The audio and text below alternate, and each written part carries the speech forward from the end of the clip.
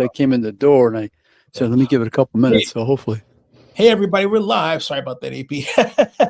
My longtime friend, AP Steadham here, Ray P. He's a traveling man, going all the great and interesting places, covering all the great people in both pro and college football. And let me get one question out of the way, first of all. Okay. Pats or Seahawks? Oh, the Pats or the Seahawks was the question. Yes. I think Seattle, Zenny, and I would say because of the more experienced quarterback, I would say. We visited with Sam Darnold when he was in college at USC in Los Angeles, and I met with Sam when he was at the Super Bowl as a reserve for the 49ers. And I just think he's been to – is this the fourth team? Yeah. And as we saw yesterday, the Patriots, I know the weather was – I guess it's a factor, but Zenny, there have been many games played in the snow where people scored points, right? Yes. So they didn't move the ball very well. The quarterback made some nice plays with his legs, especially, and some throws too. But I think I would take looking at the quarterbacks, and that's quarterback-centric era, Sam Darnold versus Drake May. Now, I know you've been traveling around a lot, and we know go back to the NFL draft, but the one school that you've never avoided putting a lens on happens to be my school, Cal. University of California at Berkeley. And you had the pleasure of not only meeting, but interviewing Tosh Lupoi, our new head coach and legendary figure. Tell us about those encounters and what your thoughts are. Yeah, Tosh Lupoi I met. He was a defensive coach, ended up being defensive coordinator for the University of Alabama under Nick Saban. And the first time I met him, Zenny, I made a trip to the Oakland area, Antioch, California specifically, to see Najee Harris, the sensational running back, was a junior who was going to play his first game. And I made an impression on Najee. I guess he couldn't believe I was from Alabama. So probably it was Alabama time, maybe it was 2 o'clock in the morning. He made a phone call back to Alabama to Tosh Lupoi, who I did not know at the time, I had not met. And he said, I didn't realize you were going to send somebody from Alabama. Not that I'm with the University of Alabama, but I was just covering Najee because he caught my eye. I can't chase every 17-year-old Zenny, but he caught my eye as one of the top talents I witnessed. And I told his mother he's the second best talent to Julio Jones that I witnessed in person at the high school level.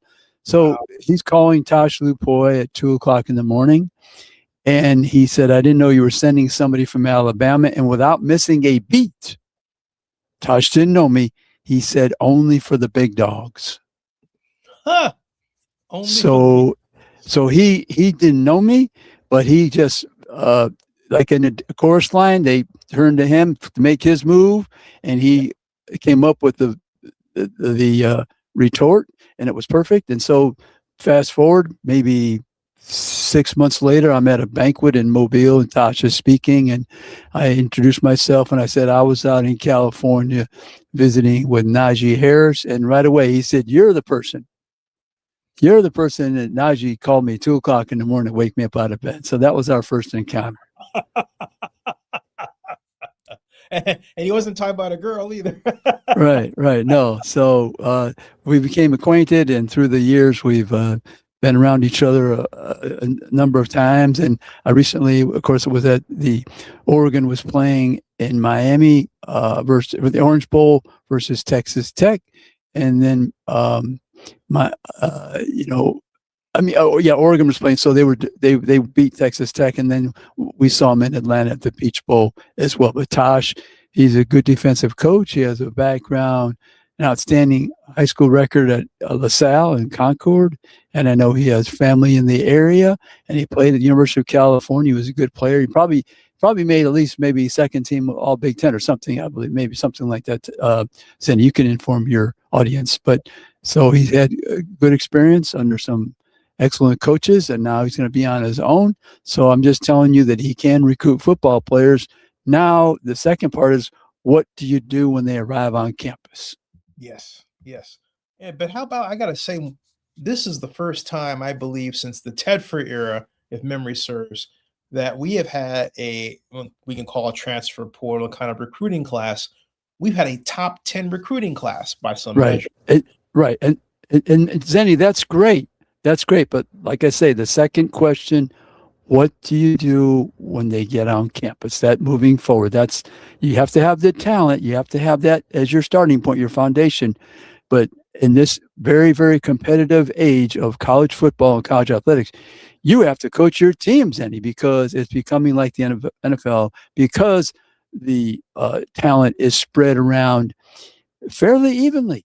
Zenny, some tight scores. You don't see people getting beat very often, 40-0 within a Power Four conference. No. Not too often. Not too often. Will you think it's fair to make the argument that David Shaw, when he was head coach at Stanford, and then of course Yes. Nick Saban at Alabama, were essentially forced out because of the transfer portal? Well, it probably was a consideration, Zenny. I know I would like to see David. I was mentioning David Shaw as a possible coach for, I thought would be good for Michigan. I thought Yeah, because he's with the Detroit Lions, correct? that's right. He was right And there in the backyard. I floated that idea because Michigan likes to run the ball. We know that his team ran the ball effectively, used the tight end, played some pretty good defense as well, certain years, and had a winning program. He took over for Jim Harbaugh, and he flourished at that school. That's his alma mater, right? And Yes, so sir. I thought he might be a good candidate. So I'd like to see David under these new circumstances, just like when Brian Kelly left Notre Dame. He was not there really during the NIL era. Maybe was it a year? I don't know, something like that. But Marcus Freeman came in at the perfect time, where you can shore up areas where you need, let's say, some speed on the perimeter. You just need you need about 6 players, 4 to 6 players, and you can make Notre Dame competitive with everybody else. They don't have to use that old adage, well, we're an academic school. Jenny, I thought every school was academic. That's what they told me, right? That's what they told me. Right, When I hear that line, I say to myself, or I'm a basketball school. Yeah, you're a basketball school because you win. Indiana's a football school. Now they won. Nothing stopping you from winning at any sport, women's basketball, tennis, track and field. If you dedicate yourself to winning at that level in a particular sport, you can be good and competitive. So this idea, I never bought that idea. Oh, it's a basketball school. UCLA has good football teams through the years. Stanford had good women's basketball, men's basketball, some football teams. Cal, they've had their moments in the basketball and the football as well. I think that's a lazy way to view college athletics, to say that some school is a baseball school, basketball, foot. If you're winning, you can dictate your image. Yeah, that's right.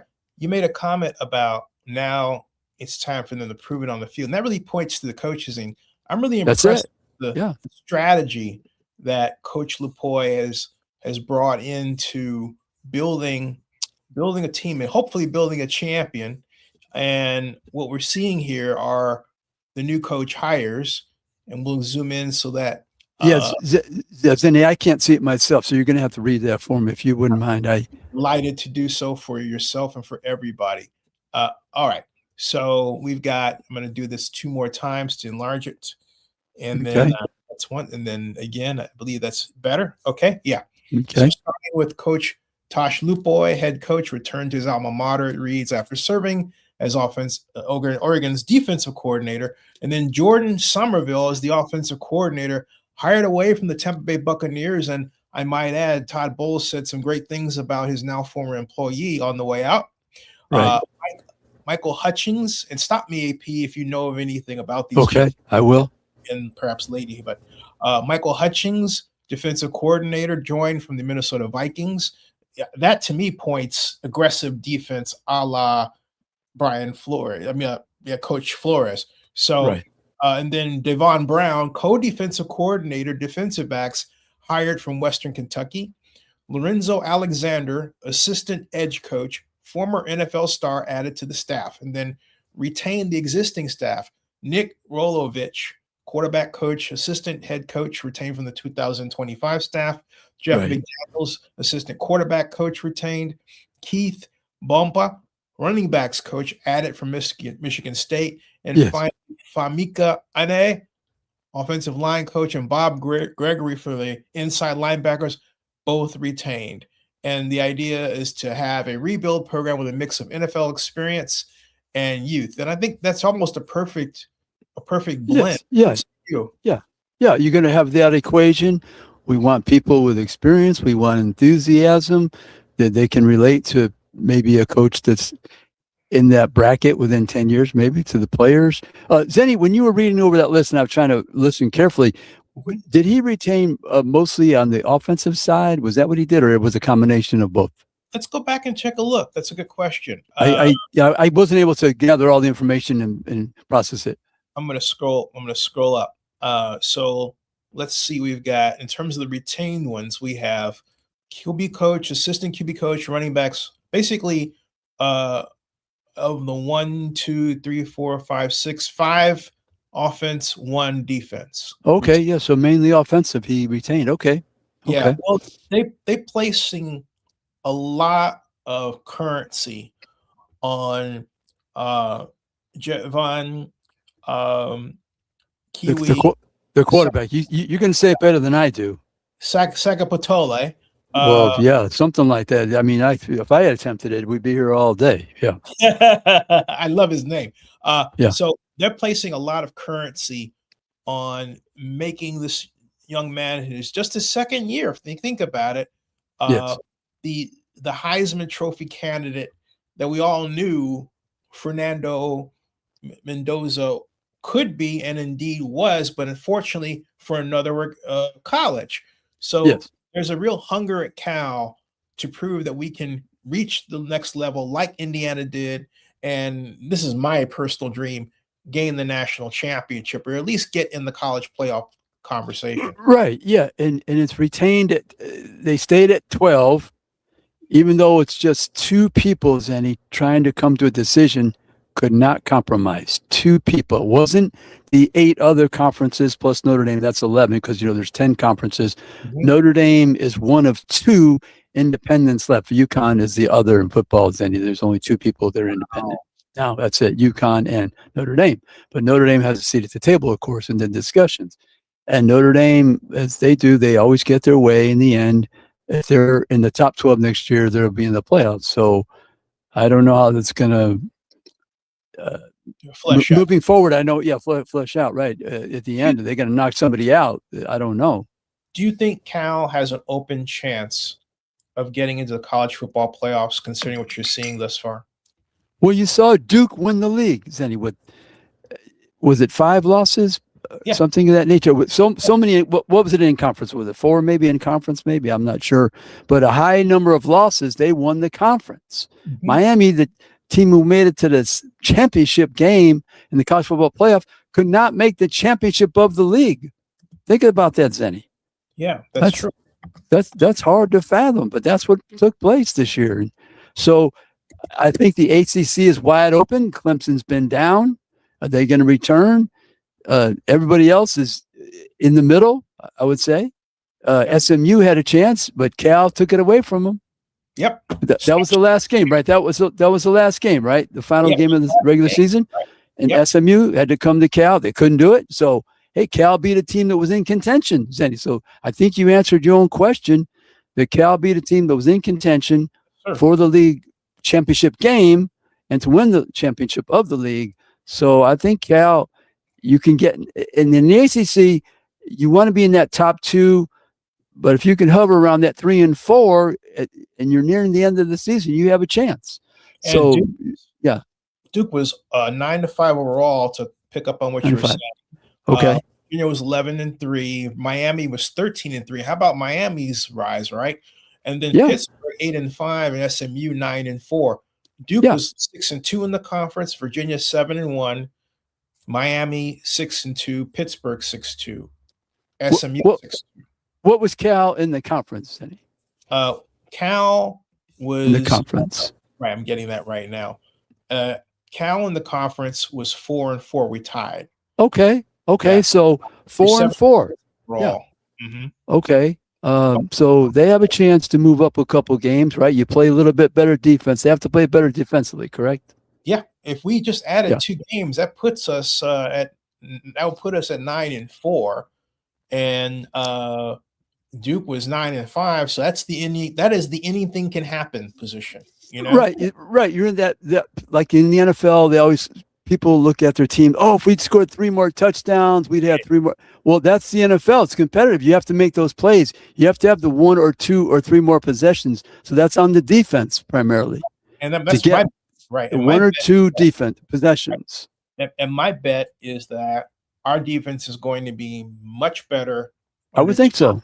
You know, with the talent we're bringing in than we've ever had in quite some time. And plus, there are videos around I see every other day about Tosh working with his Chargers, and everybody's fired up and more than ready to go, and they're getting at it fast, and they've got a plan, and they're sticking to the plan. They're executing the plan, both in preparation and training, and also in marketing.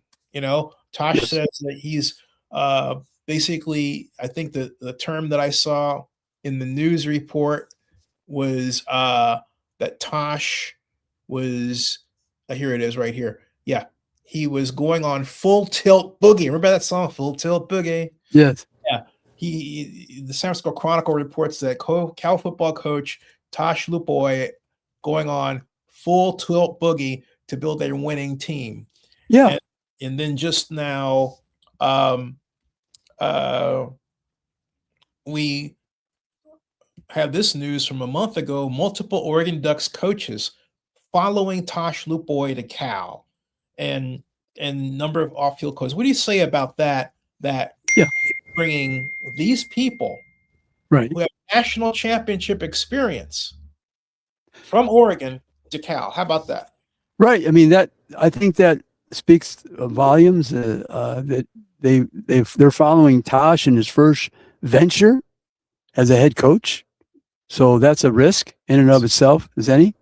And they know how to win. I would say one thing when I looked at Oregon, Zenny, they have to be very satisfied with the wins and losses, the total number. The only thing was 2 years in a row, I went to the Rose Bowl. They had beaten Ohio State by a point in Eugene.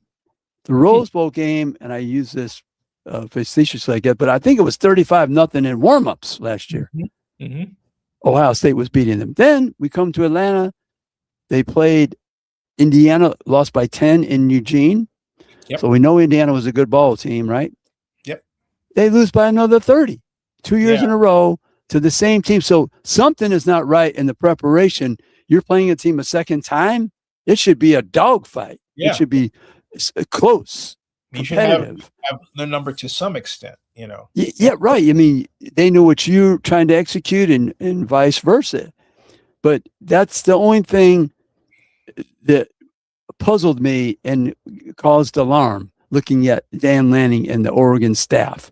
Mm-hmm. Your preparation 2 years in a row, you had a good team, 11, 12 wins. I don't know the final number. 30-point losses to the same team you just played this season. Okay, so let's put them together. You got these losses you talked about, and then prior to that, you have this mini exodus of coaches away from Oregon and coming to Cal, which, you know, normally would be considered a competitor, right? I mean, yes. Yeah, the West Coast, right. Yeah, the West Coast, right. Yeah. Which, from certain sources, could happen again faster than we realize. That said, right now, it's there in the ACC. What does it say, however, about Dan Lanning and what he's not doing at Oregon that he was doing before? Yeah, you know, that's Dan Lanning's first head coaching position as well, and he's done marvelous. His team is in the playoff. He won the league last year, the regular season, won the league. They won the championship overall, I believe, right? They won that last year, I think, too. Okay, then you're in the top of the league this year as well, so that's great. That's awesome. But there's a flaw. There's something, and that's major. Now, hopefully the next year when they get in the playoffs, they don't play the same team. Maybe it's just we're paying them better. Say that, Zenny, say that again. maybe we're paying them better. Paying who's any? Paying The coaches that we're getting from Oregon. Oh, why did they move with Tosh? Oh, I don't know the reason. Yeah, probably offered him more money, maybe more responsibility. Oh, yeah, there's a number of reasons coaches move. They like Tosh. Maybe they were under him at Oregon, so they want to follow their coordinator. No, there's a number of reasons why people move, and all types of reasons. But no, Dan Lanning is one of the better coaches in the country. But I would say that's a major flaw. Now, next year, is he going to play a team again for the third straight year in the playoff? And if that happens again, I'm thinking, man, that is a serious flaw. In this era of Zenny, it's like professional football where you're playing teams multiple times. Didn't happen before in the past, right? Not very often. Nope. So, but I would say he's have to shore up that part of his preparation for sure. There's something missing where you're losing by 30 points 2 years in a row to teams where you were competitive and beat and lost by just 10 points. Yeah. Yeah. So hopefully Tosh, I mean, these are smart people. He saw what happened. So hopefully he's addressing that specific issue, and maybe it won't happen to Cal. Maybe it won't happen to them. You know what I thought the problem was at Oregon, just watching them when they took on Miami, was that they schematically seemed to be trying to hit the long ball a lot. You mean they took on Indiana? You mean right? And yeah, Indiana, not Miami. Yeah, Indiana. You meant yeah. Yeah. I thought I said Indiana. Yeah, but I was thinking Indiana. But anyway, yes. Anyway, I thought that they're trying to hit the long ball, and what struck me is when they weren't trying to do that, they were calling plays that asked the quarterback, Mr. Moore, to make throws that were 10 yards downfield as if there was no other option receiver if that receiver wasn't available. Case in point, the very first play of the game that was returned for, it was a pick six, right? Yes, yes, it was. And I thought, at some point, Oregon is going to wear down its defense because its offense cannot sustain drives and put up points. Oh, yeah. Just, being competitive, but just to keep their defense off the field for a while. If your offense is the Tennessee Waltz 1-2-3 kick, yep, you have a problem. Yeah. That day. That was on display during that contest, don't you think? Yeah, that's football. If your offense is the Tennessee Waltz, then your defense by the middle of the year, it's worn out. If it was any good, it doesn't have a chance to shine because they're tired and too much physical play trying to carry the team. They can do that for a while. They certainly can. We've seen defensive teams that have been the reason a team wins, but over 12 games, that's a long season, 12 games to just rely on defense. It's too much. Yeah, too and then much. more specific. Yeah. And the other team's the other team's on scholarship too. The offense is on scholarship and the coaches are getting paid. So what do you think? Can we get something going on that side? We make something happen? Yeah. Well, hey, not only that, you say they're on scholarship, you might as well just say now it's NIL and they're making money. So yeah, exactly. It's even more pressure. Right. Exactly. More pronounced. Right. Which I got to ask you about that. Just with respect to Cal and the other programs, we see this swing of winners and losers because of who has the money and who's willing to spend it. Like Mark Cuban's running around the country, willing to tell everybody on national television that he spent a ton of money to make Indiana what it became. Cool. All right. But to your words, not only can they sustain it, but also, is this way sustainable? Zenny, I would say they have a very smart coach, Kurt Signetti. Many schools across the country have much more money than Indiana, even though one fact that I did not know that was brought to light, and Zenny, I don't know if you knew this, but Indiana has the biggest alumni in the country. I'm thinking Ohio State, Michigan State, maybe University of Texas, maybe Penn State. I never dreamed that Indiana, they've awoken this sleeping giant now. But how many? You- How many? Let me look this up. How many? I don't know what the numbers any, but I never would have guessed if somebody said, "Give me the top 10 alumni in the country." No way I'm putting Indiana in the top 10. Matter of fact. So now when you're winning, so Zenny, think about this. These people have contributed to basketball, and you don't need that much to contribute to basketball to be good, right? I mean, it's way below football. How much? 805,000. Okay. So Zenny, think about this. Wow. For all these years, these alumni have not contributed to a high degree in football. So they have all this money they've been saving for years. Now they know they can win. Zenny, they're not going to be hurting for money. No. 800,000 people, you woke them up. If they each give $100, how much is that? Then is that 80 million? Million, yeah. So and that's on the low side probably, right? And the 417,000 of those 805,000 reside within the state of Indiana. Oh, they're gonna, they want it to be good, and now they know it. Then if you give people hope, if you could sell hope and then execute and follow up with production and performance, there's no looking back, Zenny. So what you're saying is that, but then here's the thing. That is all well and good. I just want to see, because I've never tried this before. University of Yeah, you asked me the question, then. Can you remember the question? You asked me the exact question. Yeah, the exact question was basically is the system. Sustainable. Yes, right, that was the question. Donors basically fuel these wins. Zenny. So as soon as this all was happening, you hear the coaches say a couple things. One was the locker room will be disrupted because the quarterback is making most of the money. And then when you talk to different people, right away they tell me, well, if I'm the left tackle, I'm not going to block for the quarterback. And I say to them, well, let me ask you something. If it was your son, he doesn't block for the quarterback at the left tackle position, and he's in Indianapolis at the combine, and they play the tape, and you ask your son, well, son, why did you miss this block 5 times during the game? And he's going to say, I don't like the quarterback making the most money, and you're the GM of a professional team. You're going to say, son, welcome to professional sports. This is what you were striving for 50 years. You don't want to block for the quarterback because he makes more money? Well, you can't play in our league. So, that's the level of, that's the shallowness of people who make those comments. Yeah. You have to block for the quarterback whether you like him, he's your best friend, or you can't stand him. That's on film for you. It's in your interest to block for the quarterback. Why would I put on film bad performance? Right. Or I don't like myself anymore?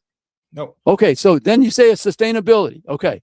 So Zenny, Indiana's in the Big Ten. They run out of money, spending money, and you can only get so many players, Zenny. I mean, we know Texas, 1,200 high schools. They've been selecting players. Texas does not recruit. They select. So for 40 years, they've been selecting. How's it worked out for them? Not too well. Right. Not too well. Alabama's got all their championships. Texas has one championship. The 69, that was the last white champion. Then they had the one with Vince Young, played the great, I think one of the greatest games. And they won by the skin of their teeth against a U.S. team. The skin of their teeth. They won it.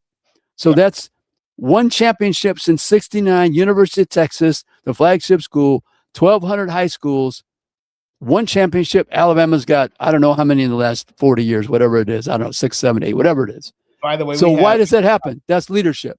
At Cal, we have 580,000 active alumni. Okay, you give them some hope, Zenny. Yeah. You got a chance. So sustainability. So Indiana spends all their money, gets the players. Mm-hmm. They're not operating in a vacuum. If it's not sustainable for Indiana, it's not sustainable for Ohio State. So the market will settle itself. Maybe we're not offering quarterbacks $4 million a year in 5 years. Maybe we're down to 2. Maybe 2 million, because we have television contracts that increase.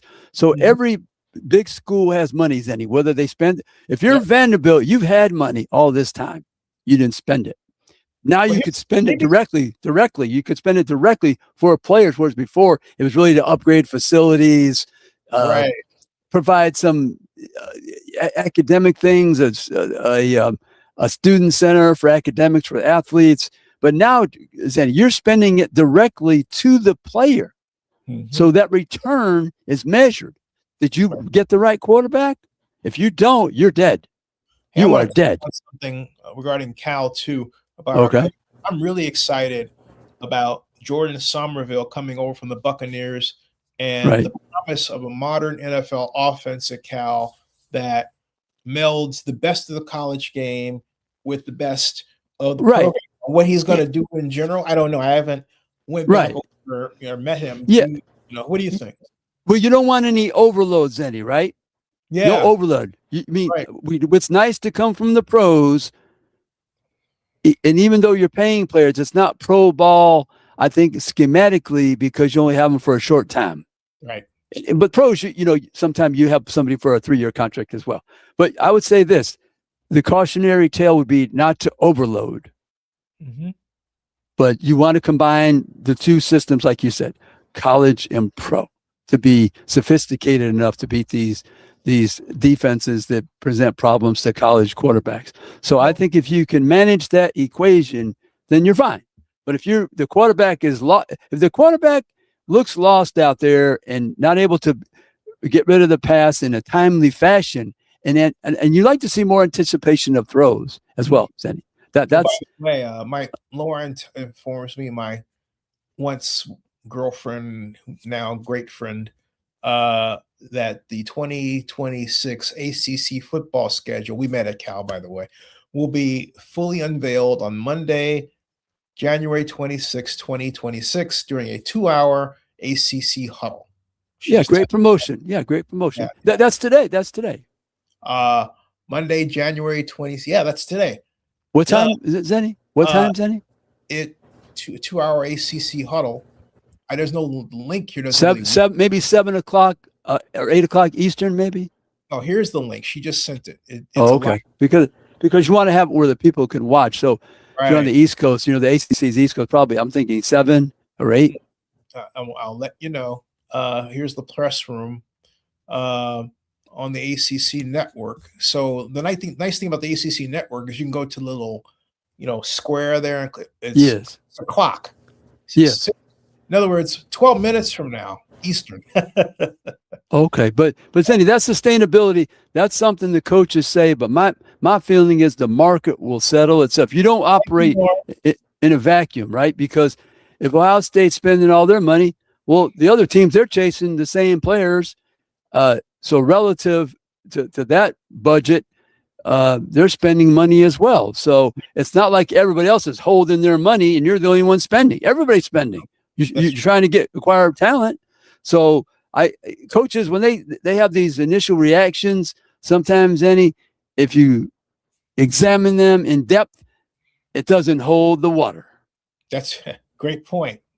Massively great point, in fact. National championship for Cal, is it out of the realm? I don't think so. Let's get to the playoffs, Vinny.